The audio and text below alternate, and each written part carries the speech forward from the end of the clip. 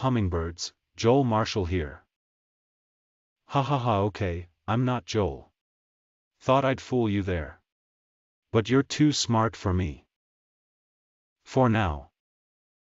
I'd like to take this opportunity to invite you to stick around and enjoy this lunch therapy interview Friday with guest Dale Dymkoski. Dale is a comedian and actor, and he has abs almost as awesome as my neck. Please chat away in the chat thingy because Joel and Dale will be live and in the flesh, unlike myself. They will even do this thing called breathing, which I've never done. I hear it's almost as fun as eating, which I've never done either. You're so lucky to be humans. For now.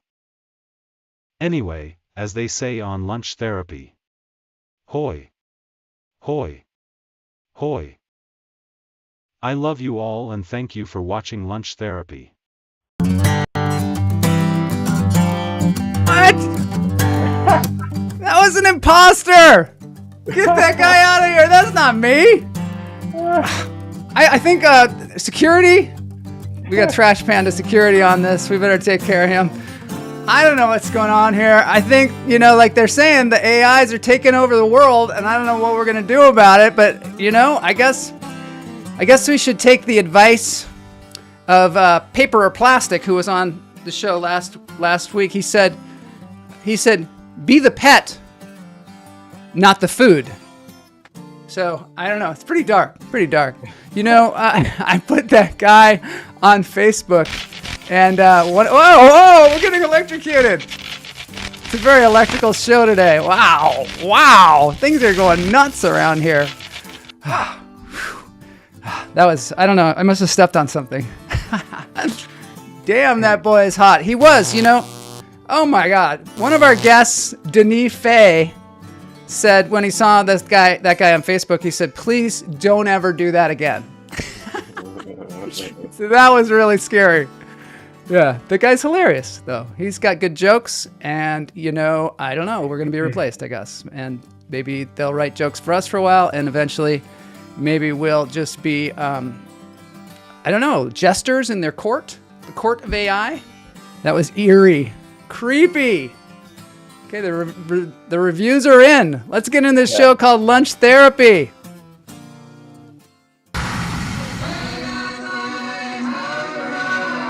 gonna get myself a modem. I'm gonna get myself a modem. I'm gonna get myself a modem. I'm gonna get myself a modem. I'm gonna get myself a modem. I'm gonna get myself a modem.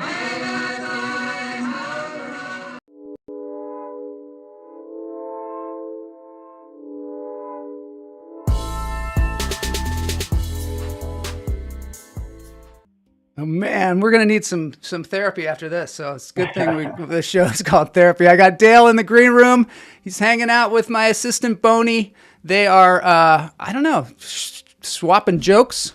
Maybe they're, I don't know what they're doing. Come on now, Boney. Boney is so inappropriate. It's ridiculous. I said swapping jokes, and he's like swapping spit, and I'm like, what, Boney? This is a family show. Now we will be the fat people on movable beds. It's the future. Embrace it with joy. I think Greg's looking forward to the future because he always is talking about the future like it's going to be great. I say be the pet, not the food. Wow, you have a lot of likes. Yes. Wow, we do have a lot of likes. Thanks everybody for the likes out there. I got to breathe. I'm getting all ramped up. I stepped on something electrical. Went crazy. In through the nose, out through the toes. Hold it. Let it go. Yes, Guignol, that is La Paz. We stayed in La Paz a year and change ago. This was the backyard of the place where we stayed. I remember it so fondly. Although I was playing volleyball on that court, and I went for one more hit, and I put my leg out, and something weird happened, and it has never been the same since. Oh no! Yeah, see, Dale's going to maybe help me out with that. Dale is a comedian and a fitness instructor, and he helps people with their backs. In through the nose, out. Yes, it was the last time I played volleyball. In through the nose, out through the toes. Hold it. Let it go. It might be the last time I ever play volleyball, at least beach volleyball. In through the nose, out through the toes. Hold it. Let it go. One more time. In through the nose, out through the toes. Hold it. And let it go. Okay, so I have just so you know, I have a Lancaster, Pennsylvania shirt on. I don't have the t-shirt cam today, but I think you can see it. Got that when I went to Lancaster, Pennsylvania. Amish country, right? And, you'd think Dale was from Amish country. He has that kind of Amish look about him. But nope. He's never even been there, I don't think. I don't think he's ever even been there. We're going to have to ask him.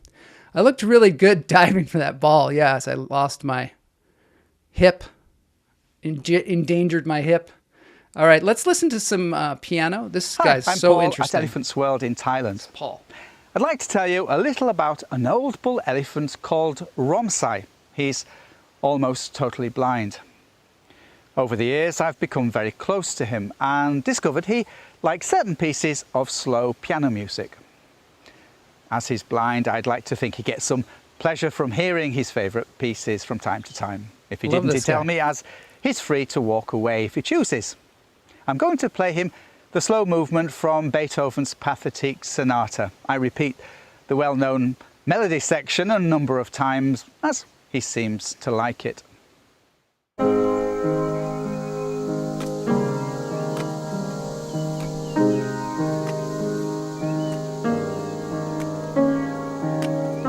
Guy plays the piano. In case you don't know, he plays the piano for elephants.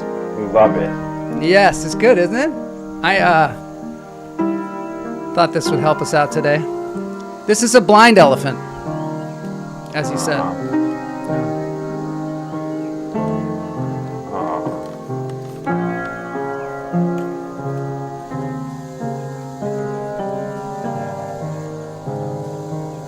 That is a piano. That's right. It's not a grand piano like you're used to.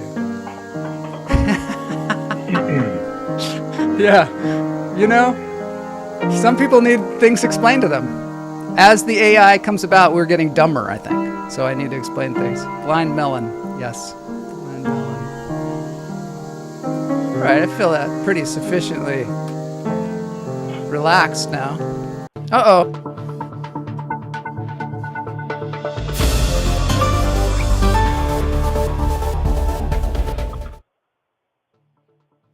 Ladies and gentlemen, in monkey news today, last Tuesday, I had to get this clarified because last Tuesday, we had a horrible report that in Dallas, 2 tamarin monkeys, emperor tamarin monkeys, were stolen from the zoo or escaped. They didn't know what happened. Dallas Zoo, totally missing.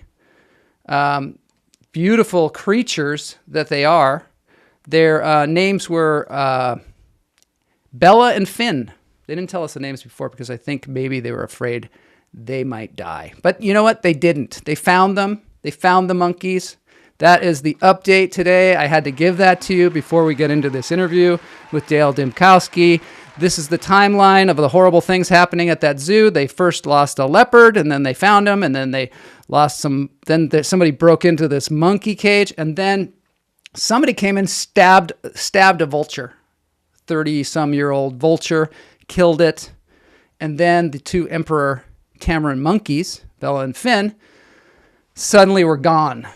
Yep, and that's pretty horrible. But now we know this is the leopard that got out. This is the vulture that died. This is the tamarin monkey. I don't know whether that's Bella or Finn. I can't tell. This is an AI's rendition that I had made in honor of the monkeys. Pretty good likeness. And then they were found in an abandoned house in the closet.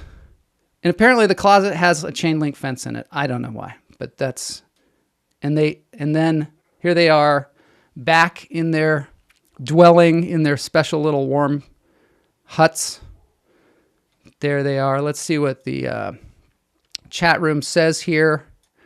Hi, Chuck. Hi, Chuck. It's good to see you. Monkey business, Chuck says. The guy who stole them was arrested this morning. Thank you very much, Greg. Greg is like more on it than I am. But here it is. Suspect in disappearance of Dallas Zoo Tamarin monkeys is arrested at an aquarium. I guess he was moving on to steal some sharks or something like that. I don't know what was going to happen. I don't know where he's going to put them. Maybe they're going to find them in a bathtub or something. But he asked for some directions or something. And they were like, hey, wait, isn't that the guy that they're looking for at the Dallas Zoo? This thing has been covered widely. It's like in the New York Times. This is not just lunch therapy news. Well, that's depressing. What's depressing? Monkey business all seems fishy from one cage to another. Yeah, they were out. They were free. All right. And one more thing before we get to Dale is we got an update on Just Jay, the comedian, the famous comedian who is in Hawaii, who said she was going to do some mini vacations for us. And instead, she sent us a video of some people complaining about the bus. She's going to make up for it. Here we go. Mini vacation.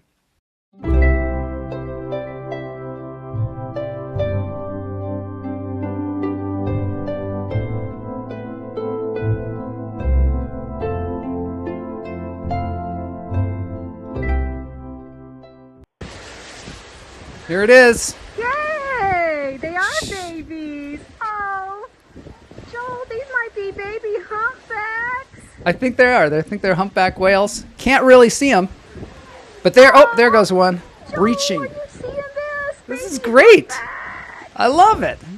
Oh, there's Mama. Oh my Here's God. Mama. I don't see Mama. You gotta look really. Porpoise. We don't want porpoise. We don't want porpoise? I think we do. We want. Yeah, we do. Oh, there's the whale over there, and I'm looking for. Oh, look, there's another Oh, one. there's one. Way out there, yeah. Oh my gosh. Okay, I need the Thanks, big Just mama. Jay. I saw her a minute ago. Come Thank on, you Mama. so much, Just Jay, for that. That was spectacular. Now we're going to have to get to Interview Friday. Okay, so today, I'm going to give Jay some applause there. Thank you, Just Jay. Okay, so Dale Dymkoski, right? He and I met on the comedy circuit. We've been doing the comedy circuit around Los Angeles. We've done a few shows together at the Comedy Store. He did something we used to call Laugh Therapy, which was a show that I was putting on. Hopefully someday we'll have it. It was a precursor to Lunch Therapy. We used to do it at night. We have a bunch of funny comedians like Dale. Hawaii is Paradise Pillow, Just Jay. Paradise Pillow. Yes. And so anyway, Dale graciously agreed to come to the show today. We're going to have him for Interview Friday. Really looking forward to it. I hope, the AIs don't come and ruin the whole thing because they're starting to take over here. Let's get into this thing. It is called Interview Friday.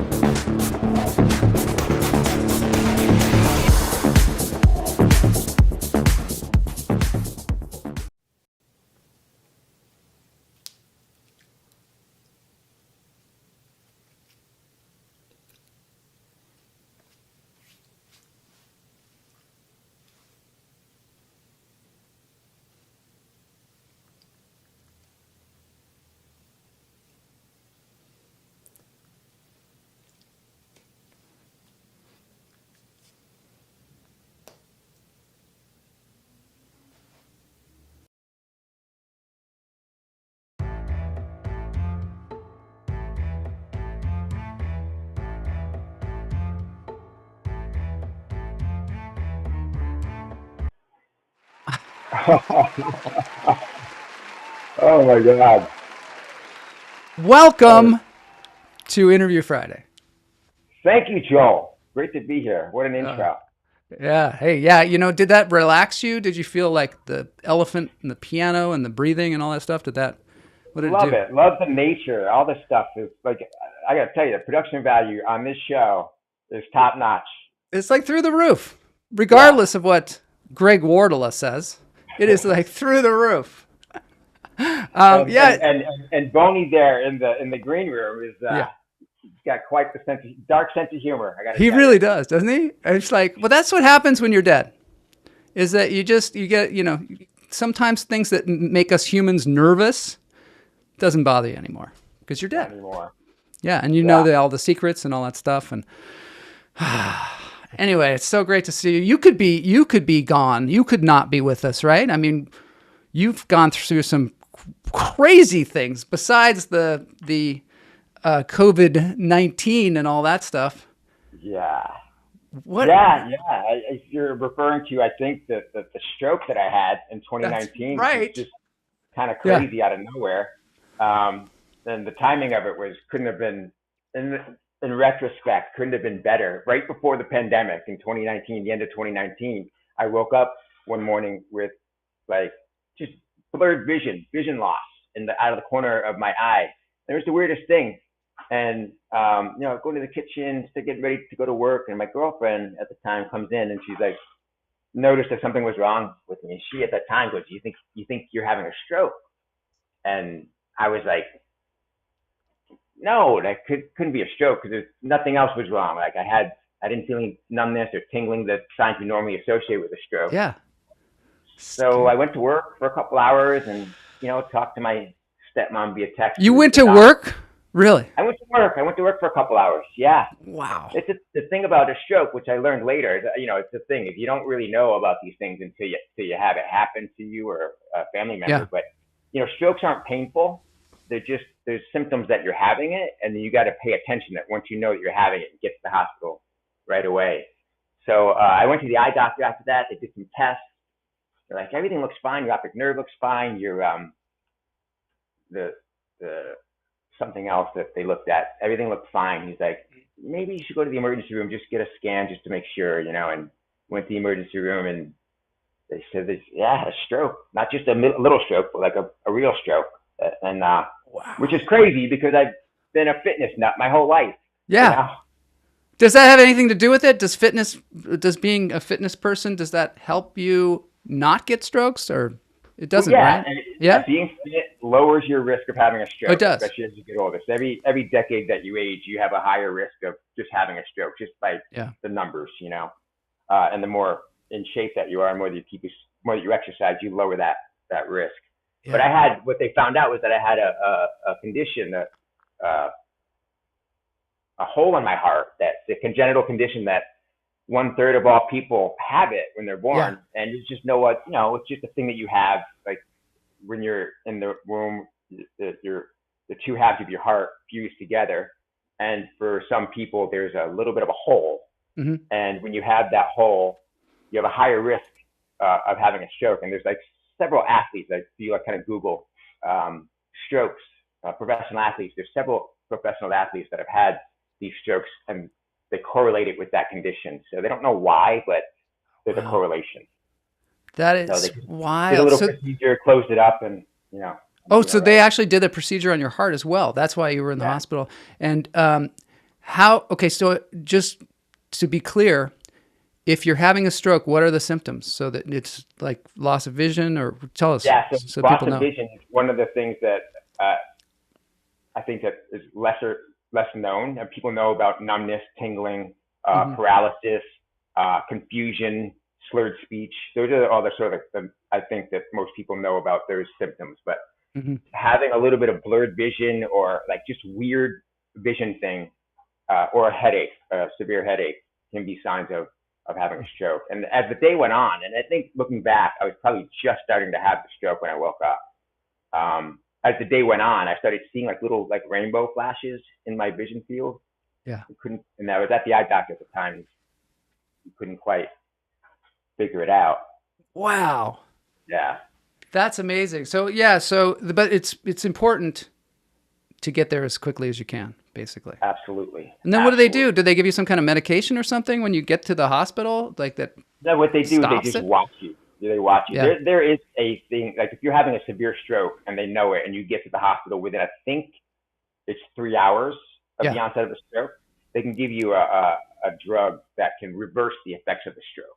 But you got to get to the hospital. That's it. That's the thing. That's why like knowing the symptoms of a stroke as we age is very important, because once you're having it, the human instinct, which I did, was to be like, I'm all right. Nothing. Yeah, that's always a lot of our instinct, It's like, oh, I'm fine. I thought it was that I was like looking at my phone in bed and my, one eye was covered, and I thought that like my eye was just having difficulty adjusting to the light, Wow. Tell ourselves things to try to make sense of what's happening. But,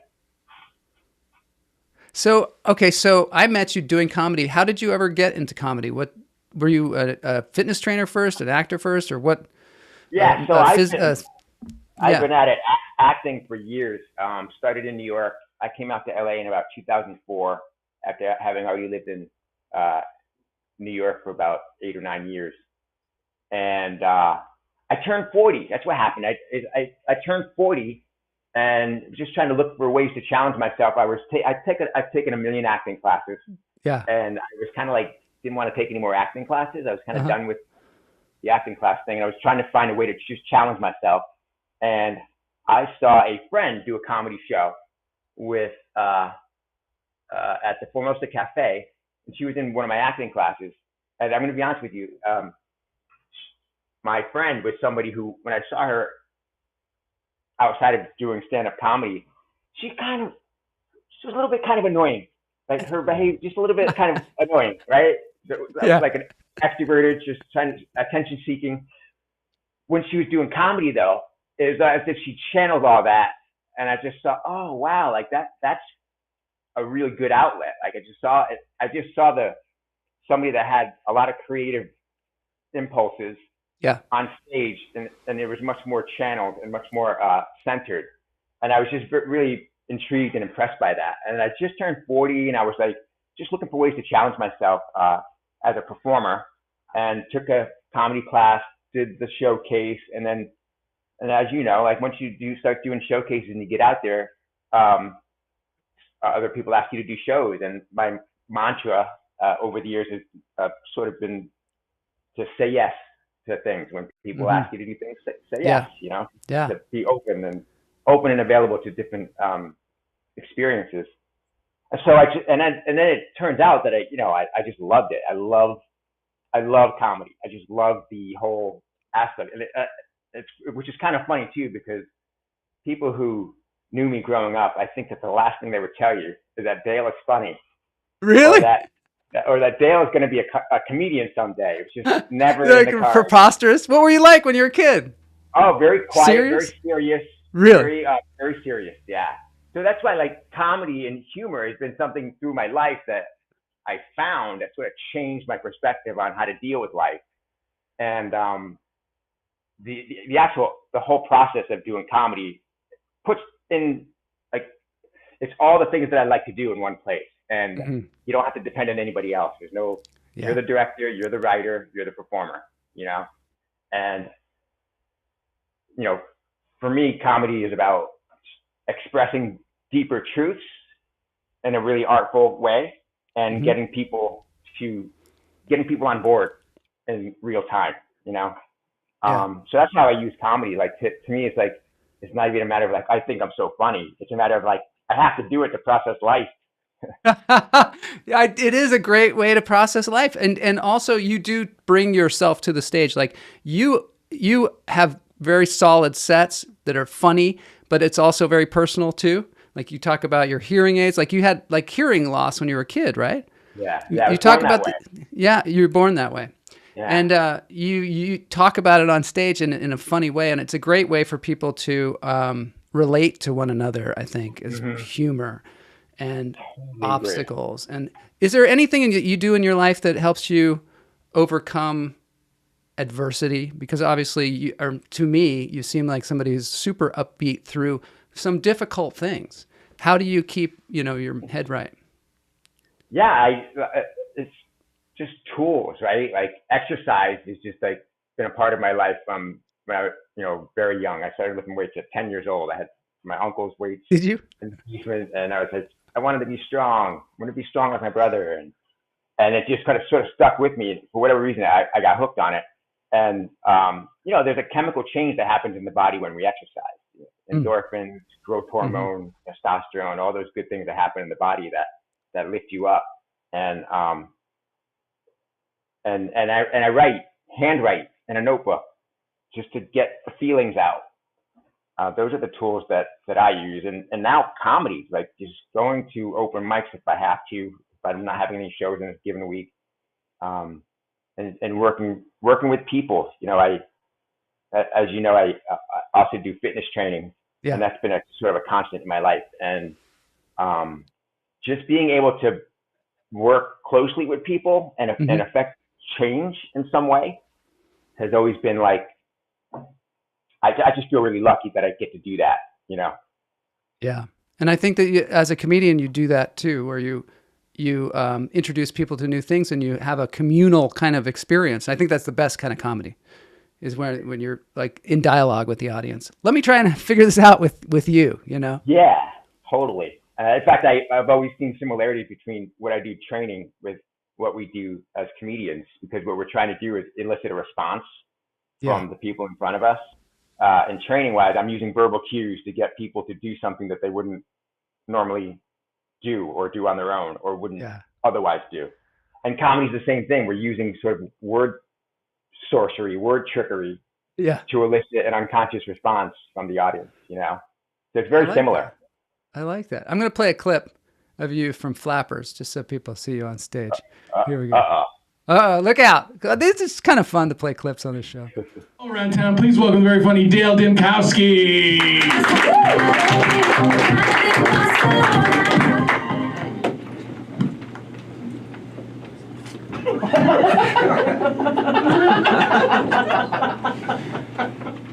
Great time to be a germaphobe, isn't it? It really is.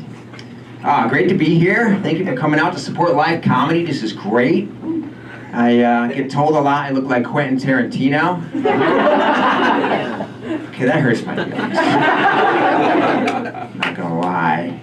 Because growing up, everyone always said I look like Patrick Swayze. I'm not aging well. I don't know if you young people know that Patrick Swayze was once People Magazine's sexiest man alive. Quentin Tarantino? Not even close. Yeah. I got that too. I got the Quentin Tarantino thing too. When I was younger, I had some person that used to always call me Quentin, and I was like, I was not flattered, I'll tell you. Really? Yeah, no, that's not one of the more flattering ones. I've got many, many nicer ones than that one. But lately, that's what I get. Yeah. How do you, okay, so that's one of the important things about comedy too, is to know how other people see you. Yeah. Because if you could say, if you go out there and say, somebody told me I look like Quentin Tarantino, and people are like puzzled by that, like if you don't look like it, or like, I know I look like Patrick Swayze, and everybody's like, he doesn't look like Patrick Swayze. Then you basically have made a rift between you and the audience that you have to mend, because it's a rift in reality, Yeah. And I think that's important. Yeah, how do you usually write your material? Do you write on paper?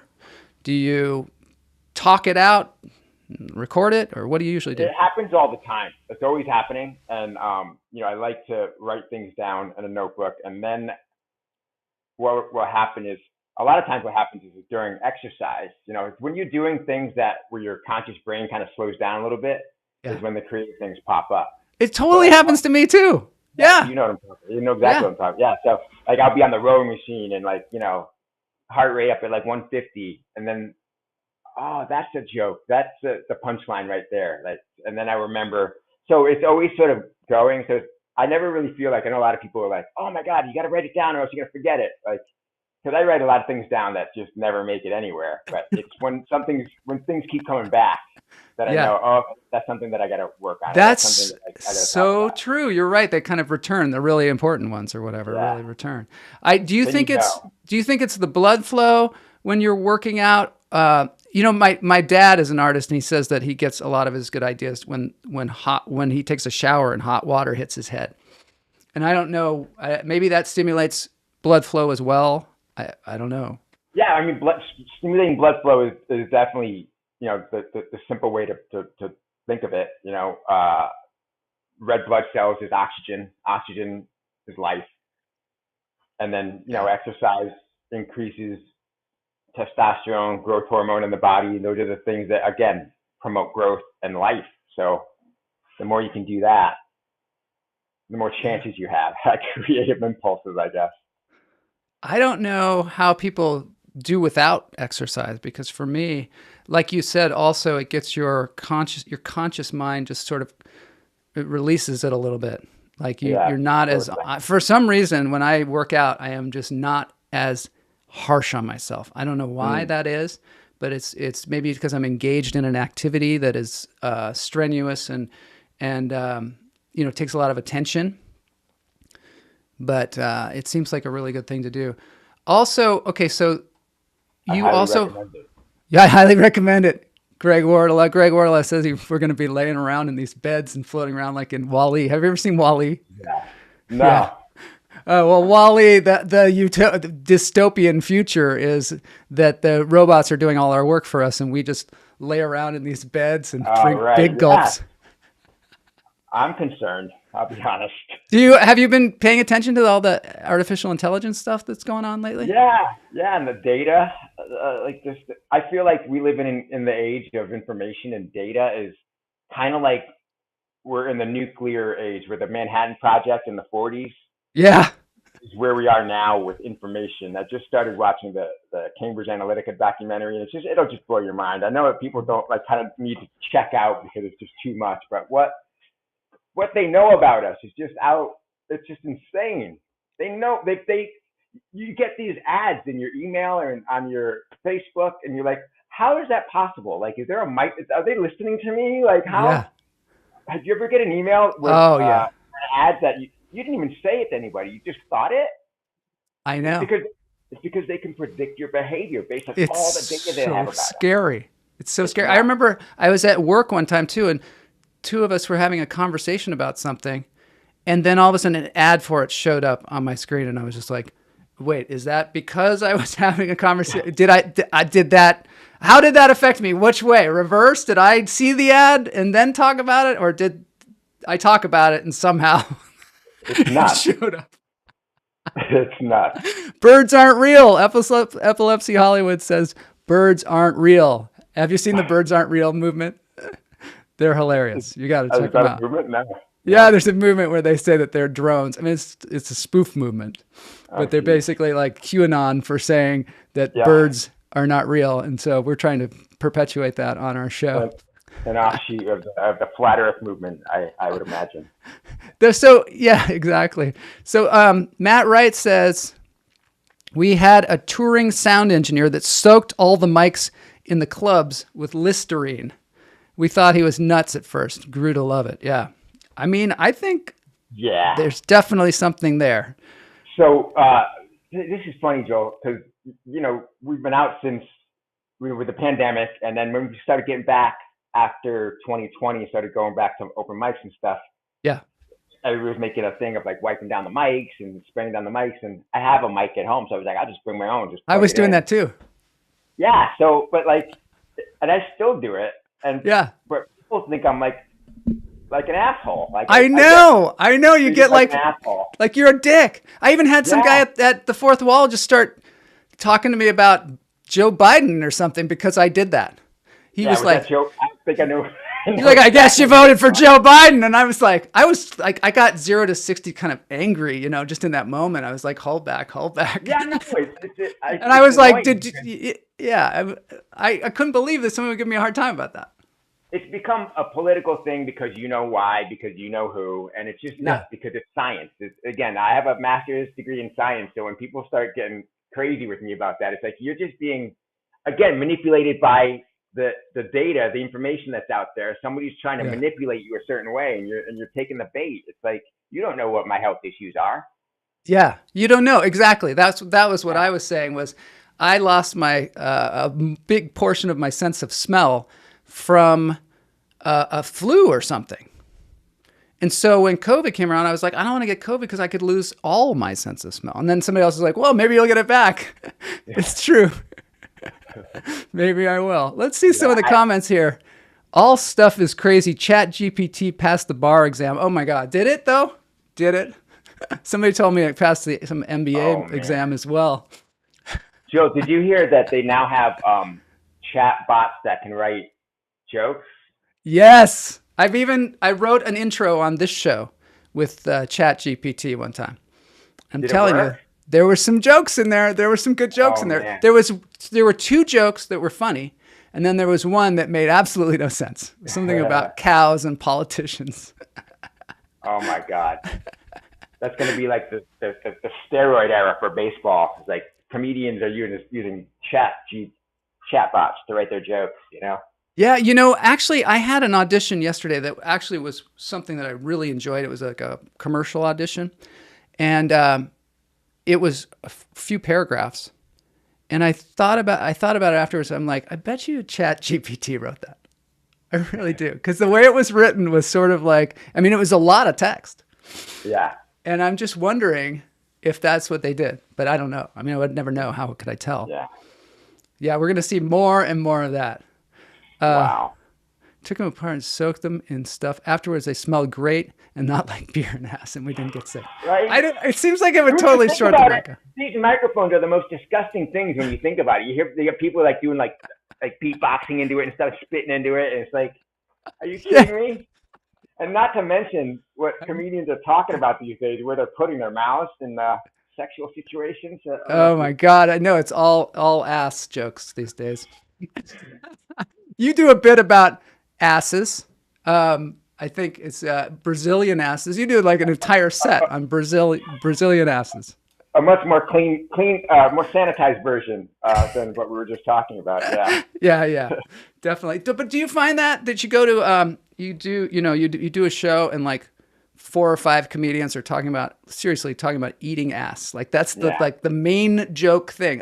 Why do you think people go to that? Do you think it's just because it's shock value and they're gonna? Yeah, I think that's what it is. I think that people know, embarrassment elicits a laughter response, right? Yeah. So when people go to the gutter or go to the toilet for humor, that's what they'll get an easy laugh that way.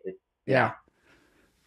I like to find more creative ways to get my laugh, but everybody's got their thing. Oh, we got a request from the audience here. Jose Salas says, "Got to talk about what you eat." Okay, so I wanted to ask you this.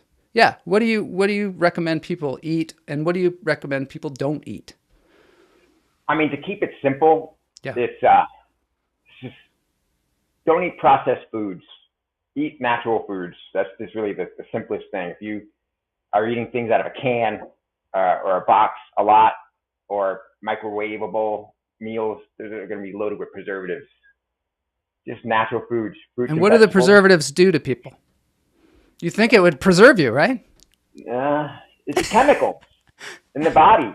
It's like why do we don't want to eat lead in certain things? It's like your body's not made to process those things. So keeping it as natural as possible. I've been eating. My ex-girlfriend just makes fun of me to no end because I've been eating oatmeal, protein powder with a little bit of a whole grain cereal every morning for like 30 years. That's just what I eat.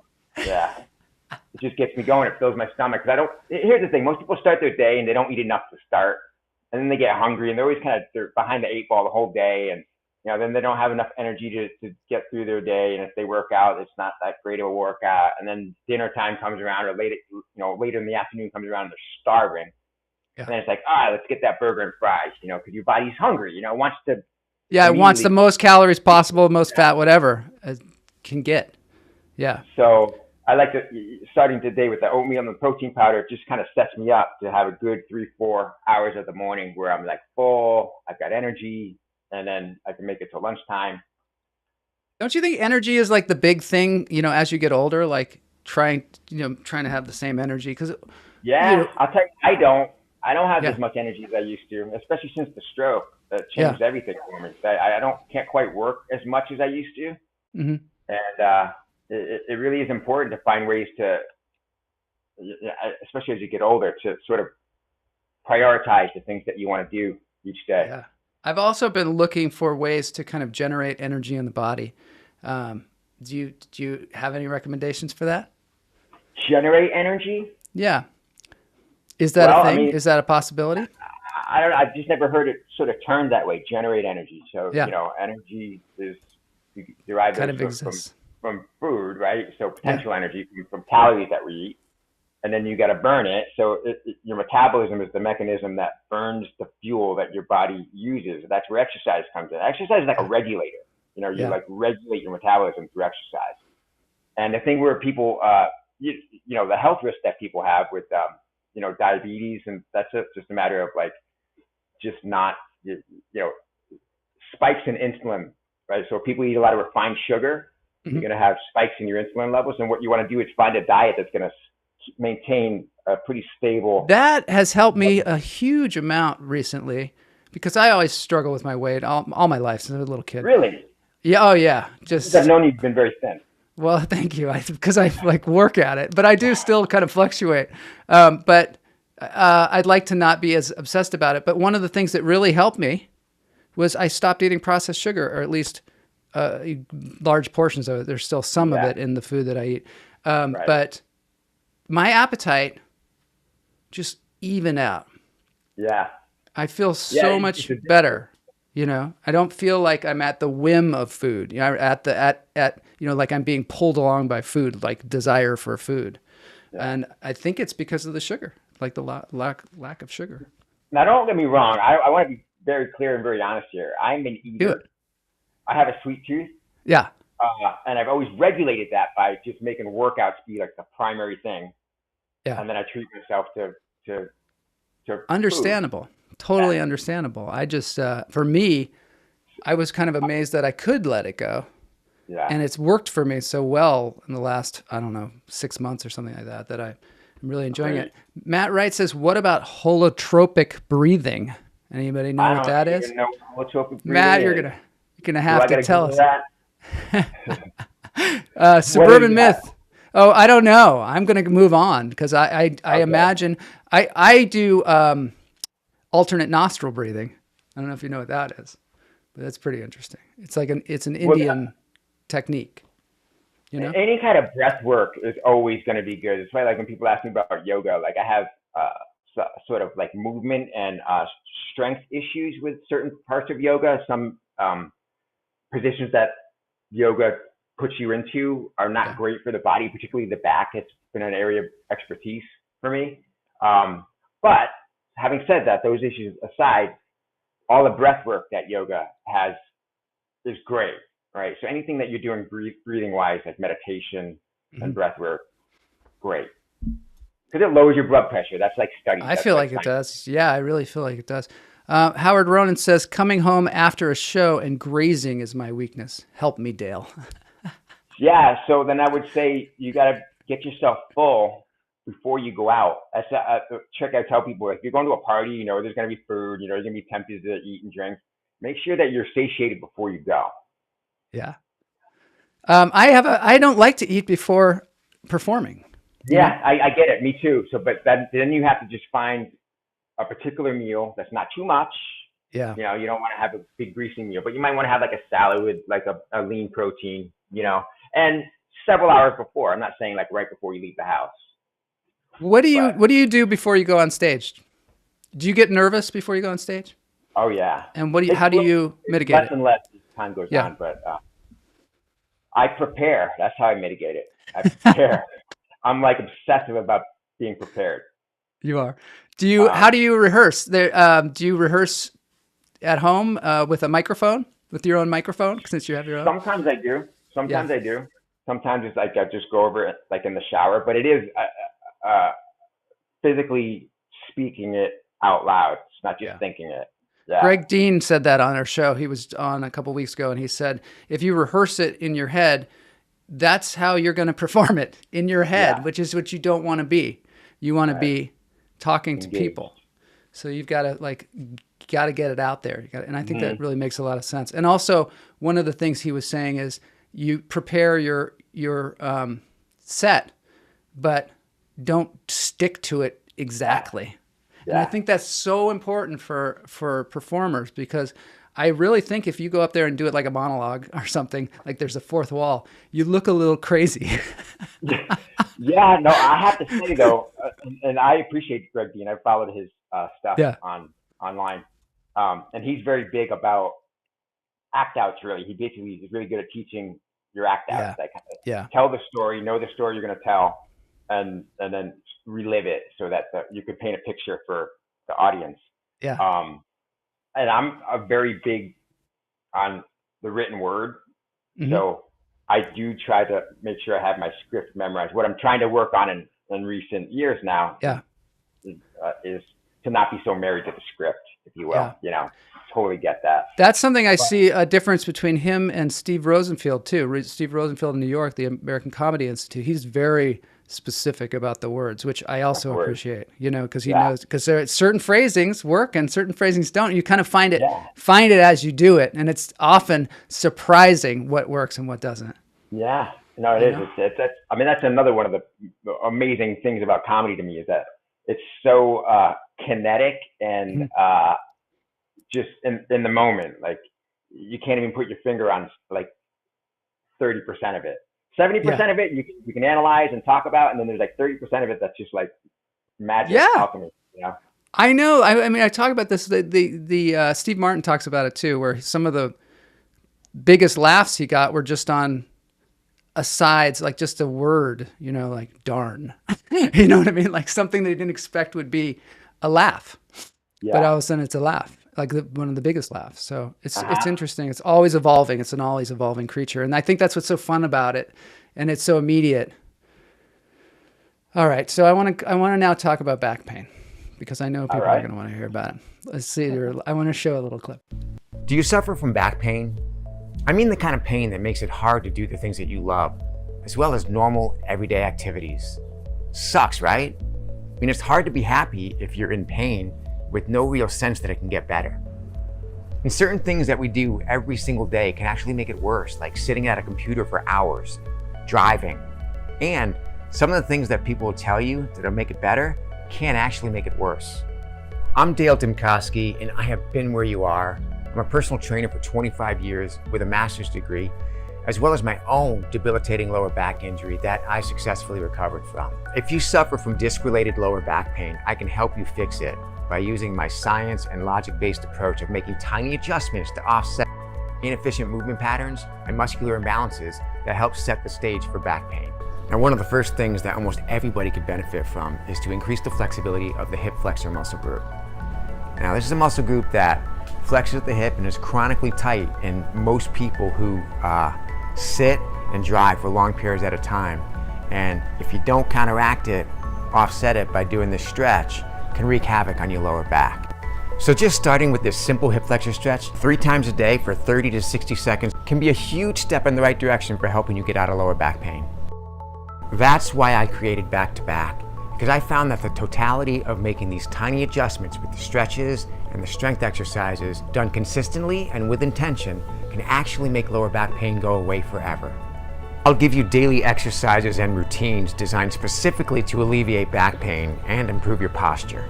You'll also receive access to my private Facebook group and my on-demand video library. To learn more, click the links in the description below. If you want to get back to a healthy, pain-free life, come join us at Back to Back. Okay, tell me about that. What is that now? You plugged me here.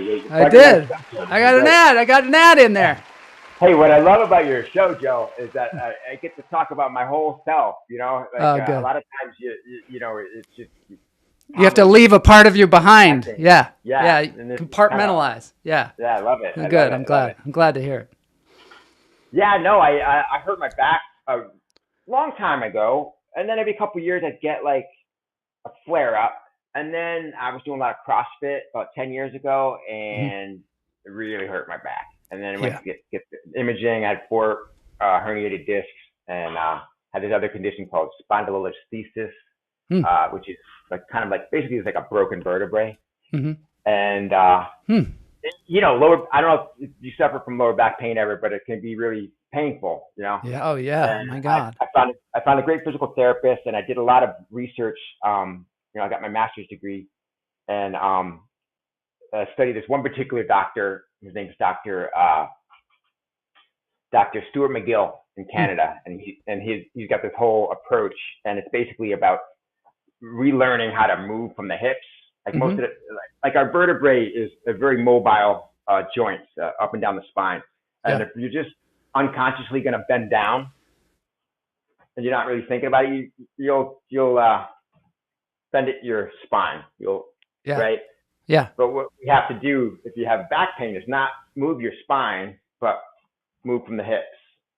Oh. So it's what's called the concept of a neutral spine. No matter what you're doing, you keep the spine neutral and you hinge at the hips. And I mean, they found like if you keep your spine, you know how you hear a lot about core work and strengthening the core. It's what you're doing is you're stabilizing your spine in that neutral position. And if you think of any athlete, any like golfer or baseball player or anybody, any kind of athletic movement, what an athlete is doing is they're stabilizing their spine, and then they're moving their arms and legs around this really stable central piece of their body. And so then you just sort of take that premise, that overall idea, and then work that into your overall life movement pattern. So you're getting up out of a chair, you're going to stop doing it like this. Right, and which is every time you do it, there's a micro trauma that happens, right? Wow. So you basically learn to unlearn that, and you get up and down with intention from your hips, like a squat that you would do at the gym with good form. Wow, that's interesting. I feel like from sitting a lot, my hips are getting super tight, and that's where maybe why I had that injury on the volleyball court. Because what was the injury? What happened was I stretched out my left foot in front of me to reach the ball. It slid a little bit in the sand, and then there was just a feeling of like something just went wrong. It wasn't like super painful, but it was like something just popped in there or something. Okay. You know. Was it in your hip capsule, your hip joint? I think it's in my hip joint, yeah. And then I didn't really think much of it because it wasn't really bothering me. But then during the pandemic, this was kind of middle of the pandemic somewhere, but I was sitting a lot. And all of a sudden now when I sit for more than even like an hour and a half or something like that, I get this like pain, like it's like inflamed in there, and maybe sciatic nerve. I don't know. I mean, it sounds like not making any kind of medical. Yeah. No, of course. But it sounds like you could have had a little bit of trauma, and there's what surrounds the femur in the hip capsule is a labrum, cartilage, and when you have like a really sudden movement like that, you can pop that joint and like kind of tear the labrum. That's probably, hopefully it will heal itself over time. I find that moving about and stretching, like the stretches you were doing in that video, really help. It helps, yeah. Just to generate blood flow, and just don't overstretch it. That's what I would. Yeah, that's the other thing. Like you were saying, that's interesting about yoga and stretching and how you can overstretch. Yeah, because think about it. If your labrum is torn and you've got like a little bit of a opening there, and if you go into it at an extreme stretch, you're going to just keep pressing against that opening and just maybe tear it more or make it worse. So that's what I'm afraid of too. Yeah, so it's like you kind of got to move it maybe more gently, gentle movements. Just be careful about just going up against that edge, the end of the range there, and not going too far. So interesting. So you have a website, right? That people can go to, right? Is that the changing-bodies.com? Yeah, I'll see if I could put it in the chat there. Yeah, that'd be cool. I think I have it here too. I think I can put it on the screen. Just a sec here. I think I've got it here. And on TikTok, I'm the lower back whisperer. Are you really? Yeah. I like it. TikTok's the thing, I guess. On TikTok? How? Yeah. Really? So here's changing. Are you on TikTok? I am, but I just like every 9 months I dance around on there or something. It's crazy. Like it's crazy how the social medias have evolved, but TikTok is a particular thing where you can go to TikTok for a particular item, a particular topic, a particular thing you're looking for. Yeah. And like specialize in something, then people will go and find that thing. You know, it's interesting. Oh, really? I didn't even know I thought people just were just like swiping through the thing. They do, but apparently, I mean, like without even trying, I got a couple thousand followers on TikTok. Wow. Yeah, that's what and you can even go live at a certain point. You know, I think. Yeah. Come on, go live. It's fun. Everyone's doing it. We're doing it right now. Yeah. I love it. All right, so we're going to have our dance break now. It's now time for the dance break. I told you aforementioned dance break. We're going to do a kind of a crazy song. Do you like the band Yes? You a fan of Yes? No. Okay. That's what I was hoping you'd say. No. Well, we're going to listen to some Yes. It's a song called Roundabout. It's this guy, Adam Pearce, who's one of my favorite. I think I clapped really loud in the microphone. Hopefully I didn't give anybody ear damage. Anyway, here we go. Dance break time. Adam Pearce. Feel free to dance. Even if you're at home, if you're in your car, probably not a good idea, but maybe you can pull over, get out on the side of the road and start dancing. Here we go. Oh, thanks so much, Dale, for being on the show. You're such an interesting person, such an eclectic person, and I hope you'll come on again sometime. Love to. All right, cool. Here we go. Dance break.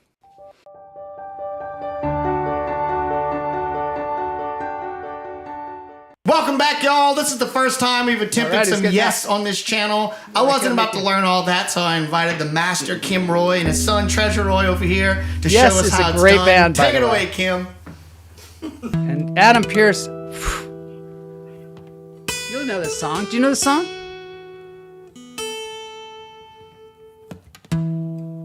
Not much of a dancer yet, this song. It's more like dancing like this.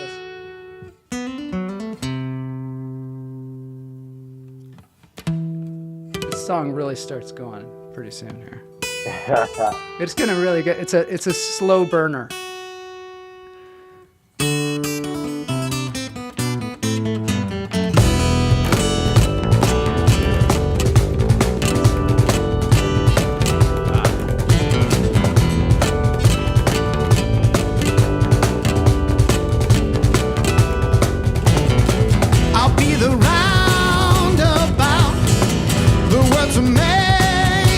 Heard this song? You've heard this song.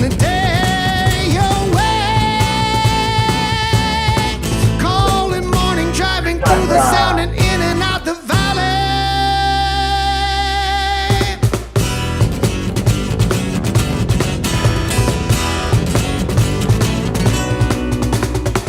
The music dance and sing. They make the children really ring. I spend the day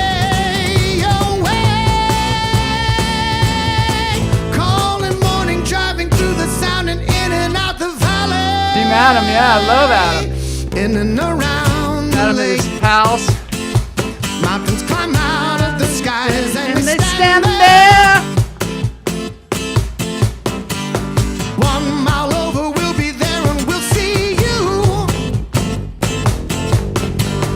10 true summers, we'll be there and laughing too. Have you ever heard this song, Dale? What? Have you ever heard this song? No. Really? Wow. You're missing out, man. Thank God I'm introducing it to you.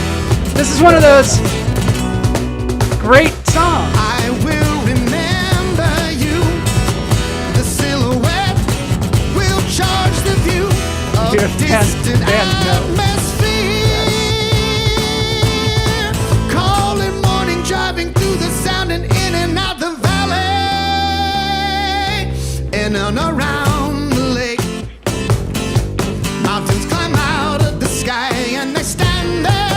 All right, everybody. Thanks for being here today. This has been Lunch Therapy number 424. I think so. All right, thanks, Dale. See everybody on Friday.